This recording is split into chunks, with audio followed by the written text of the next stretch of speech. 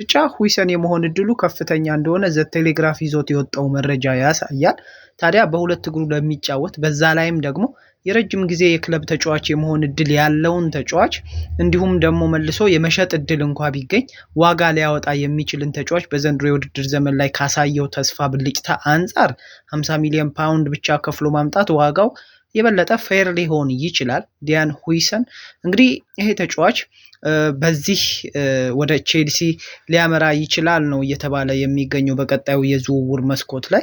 ደግሞ ቼልሲ እንደዚህ አይነት ተጫዋቾችን በማዛወሩ ረገድ እንዲሁ የሚታማ አይነት ክለብ አይደለም። ተጫዋቾችን በወቅታዊ ሂሳባቸው ውድ ናቸው ተብለው የሚታሰቡ ግን ደግሞ ዋላ ደር ሲል ያኔ የገዛበት ዋጋ ጥሩ የሚባል ነው ማስባልን ያውቅበታል። ከዚህ በፊት በእንደነ ክሪስቶፈር ኤንኩንኩ አይነቱ ተጫዋች አድርጎታል። ራሱ ዌስሊ ፎፋናም ቢሆን ግን ደግሞ እነዛ ተጫዋቾች ምን ያህል ስኬታማ ናቸው ከመጡበት ጊዜ አንጻር የሚለውን ነገር ካየን ጥያቄ ልናነሳ እንችላለን። ግን በወቅቱ ውድ ናቸው የተባሉ ተጫዋቾች ከሁለት ዓመት በኋላ ደግሞ እንዲሁ የዛኔ ቼልሲ በጥሩ ዋጋ ነው ያገኘው እነዚህን ተጫዋቾች ብለን ብዙ ጊዜ ስናወራ እንስተዋላለን። ከዛ ባለፈ እንግዲህ ኤንዞ ማሬስካ የዌስሊ ፎፋናን ግልጋሎት ሌላ ሊተካው በሚችል ተከላካይ መተካት የሚፈልጉ ይመስላሉ። ሪሊዝ ክሎስ መክፈል ከቻለ ቼልሲ እሱን ከየትኛውም ፈላጊ ክለቦቹ ልቆ እና አላቆ መውሰድ ይችላል ማለት ነው። እና አሁንም ቢሆን ልጁን ለማስፈረም በተሻለ ደረጃ ላይ የሚገኘው ክለብ ቼልሲ ነው እያለን የሚገኘው ቴሌግራፍ ዛሬ ይዞት በወጣው መረጃ መሰረት። ታዲያ ኤንዞ ማሬስካ የፎፋናን አገልግሎት እየፈለጉት ግን ደግሞ በጉዳት የተነሳ ከሱ በቂውን ያህል አላገኙ። ይሄ ደግሞ ቼልሲን ብዙ ጊዜ ያለ ፎፋና እንድንመለከተው አድርጎናል። ከዛም ባለፈ እሱም ቢሆን ቼልሲን በሚፈልገው መጠን ልክ ማገልገል አልቻለም። ቼልሲም በዚህ ተጫዋች አልተገለገለም እና ማሬስካ የሱን ስታይል ኦፍ ፉትቦል ብሎም ደግሞ ይሄ ከጀርባ ለሚደረገው ይሄ ለቢልድ አባቸው የበለጠ ላጫዋታቸው የበለጠ የሚመርጡት አይነት ተከላካይ ነው። ቼልሲ ቢልድ አፕ ሰርቶ በሚወጣ ጊዜ እንደ ዌስሊ ፎፋና አይነት ተጫዋችን ይፈልጋል ግን ደግሞ በጉዳት የተነሳ ያንን ማግኘት አልቻለም። ሁይሰን የሁለት እግር ተጫዋች መሆኑ ምናልባት ኤክሰለንት ቦል ፕሌየር ነው ሊያስብለው ይችላል። ከዛም ባለፈ ግን ለዌስሊ ፎፋና ጥሩ ምትክም ነው፣ ጥሩ ተተኪም ተጫዋች ነው ብለን ማለት እንችላለን።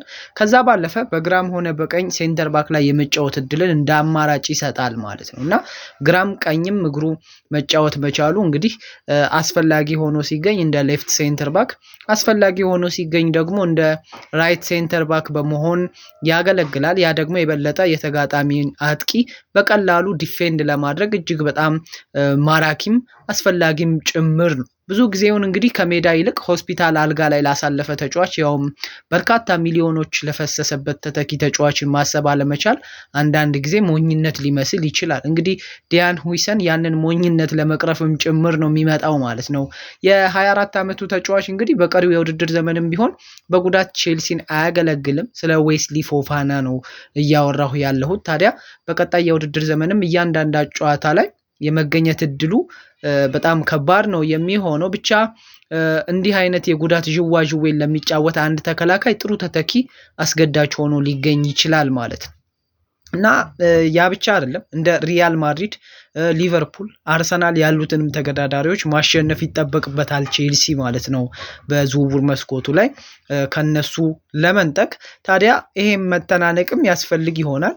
በእርግጥ ለመክፈል ያለው ፈቃደኝነት ቼልሲ ችግር የለበትም። ከቼልሲ ዘንድ ፈቃደኝነት አለ። ግን ደግሞ ተጫዋቹስ ምን ያህል ወደ ቼልሲ ቤት ለማምራት ፈቃደኛ ነው የሚለው ደግሞ መጠየቅ ይኖርበታል። ከዛ ባለፈ የተጫዋቹ ፍላጎት በእርግጥ ሻምፒዮንስ ሊግ መጫወት ይሁን ወይም አይሁን በእርግጠኝነት የተነገረ ነገር ባይኖርም ያው መቼም ተጫዋች ነው እና ሻምፒዮንስ ሊግ ተሳታፊ ክለብ ቢገባ መምረጡ እሙን ነው። ግን እንደዚህ አይነት መከራከሪያ ካርድን መደራደሪያ ካርድን መምዘዝ ይችላል ወይ ቼልሲ የሚለውን ካየን ትንሽ ከባድ ሊሆን ይችላል። በእርግጥ የውድድር ዘመኑ ገና ነው አልተጠናቀቀም እና የውድድር ዘመኑ እንዳለማብቃቱ እሱንም ማሳካት የሚችልበት እድል ቢኖርም ቼልሲ ሌላው ከበርንመዝ ጋር ያለው ግን ጥሩ ተግባቦት ከዚህ በፊት በኬፓ አሪዛባላጋ የውሰት ውል ወይም ይሄ ዝውውር ላይ ጥሩ ግንኙነት አላቸው የተባሉት እነዚህ ክለቦች እንግዲህ የበለጠ ይሄ ለቼልሲ እንደ አማራጭ ሆኖ ሊመጣለት ይችላል። በእርግጥ የሻምፒዮንስ ሊግ ካርድን ለመምዘዝ ምናልባት ይህን የውድድር ዘመን ምን ያህል ደረጃ ያጠናቅቃል የሚለውን ነገር መጠበቅ ቢኖርበትም ግን ደግሞ ያለው ከበርንማውዝ ጋር ያለው ጥሩ ግንኙነት እንደ አንድ ሌላ በረከት ነው ማለት እንችላለን። ለማንኛውም እንግዲህ ከዛ ባለፈ ደግሞ እንዲሁ ይሄንን ተጫዋች እንኳን ባያገኝ እነማን እንደ አማራጭ በቼልሲ ጉያ ውስጥ ተካተዋል የሚለውን ካየን ለምሳሌ የአያክሱ ዣሮል ሃቶ ስሙ ከአርሰናል እና ከሊቨርፑል ጋር በሰፊው ከዚህ በፊት ሲያያዝ ነበር። አንዱ ተመራጭ እሱ ነው። የቀድሞ የራሱ ልጅም ቢሆን ማርክ ጉዌሂ የክሪስታል ፓላሱ ተከላካይ፣ ከዛም ባለፈ የኤቨርተኑ ብራንዝ ዋይት እንደነዚህ አይነት ተጫዋቾች በእጩነት ተይዟል። ከዛ ባለፈ ግን ማሬስካ አጥቂውንም ማጠናከር እንደሚፈልጉ ነው የሚዘገበው ያለው። እንደሚታወቀውም ጭምር ግብ ጠባቂም ቢሆን ሌላ ጥያቄ ያለበት ቦታ ነው። ግን ምናልባት እዛ ቦታ ላይ በውሰትም ቢሆን ካሉት ተጫዋቾች የመምረጥ እድልን አላቸው ወይም ይሄን አማራጭ ሊሰጣቸው ይችላል። ያላቸው ስኳድ እንደነ ፊሊፔ ጆርጌንሰን፣ እንደነ ፔትሮቪች፣ እንደነ ማይክ ፔንደርስ ያሉት ተጫዋቾች ምናልባት እድል ሊሰጣቸው ይችላል ነው እየተባለ የሚገኘው።